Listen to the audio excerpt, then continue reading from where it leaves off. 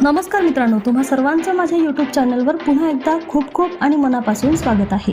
आजच्या व्हिडिओमध्ये आपण बघूया राज्य शासनाच्या सेवानिवृत्त होणाऱ्या कर्मचाऱ्यांकडून सेवानिवृत्त होताना आवश्यक सुधारित नमुना 5A GR निर्गमित दिनांक 15/6/2026।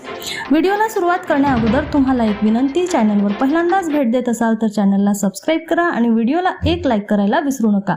चला तर मग सुरू करूया आजच्या व्हिडिओला।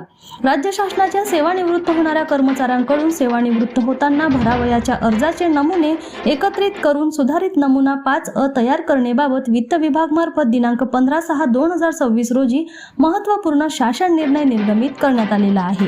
निवृत्ती वेतन प्रकरण तयार करण्याकरिता प्रकरण तयार करण्यास व सदर ऑनलाईन नमुन्यामध्ये महालेखापाल कार्यालयाकडे सादर करण्यास शासनाची मान्यता देण्यात आलेली असून यापुढे महालेखापाल कार्यालयास निवृत्ती वेतन कुटुंब निवृत्ती वेतन प्रकरण विहित वेळेत ऑनलाईन पाठविण्याबाबत कार्यवाही संबंधित कार्यालय प्रमुख यांनी करण्याचे निर्देश देण्यात आलेले आहेत। यामध्ये नियत वयोमानानुसार सेवानिवृत्त होणाऱ्या शासकीय अधिकारी कर्मचारी यांनी निवृत्ती वेतनासाठी भरावयाच्या अर्जाचा नमुना 5A ज्या कोषागार व बँकाद्वारे निवृत्ती वेतन घ्यावयाची आहे त्यांची माहिती महाराष्ट्र नागरी सेवा नियम 1982 मधील नियम 115 नुसार सेवानिवृत्ती उपदान मृत्यू उपदानाकरिता नामनिर्देश नमूदना या संदर्भातील सविस्तर शासन निर्णय पुढील प्रमाणे पाहू शकता।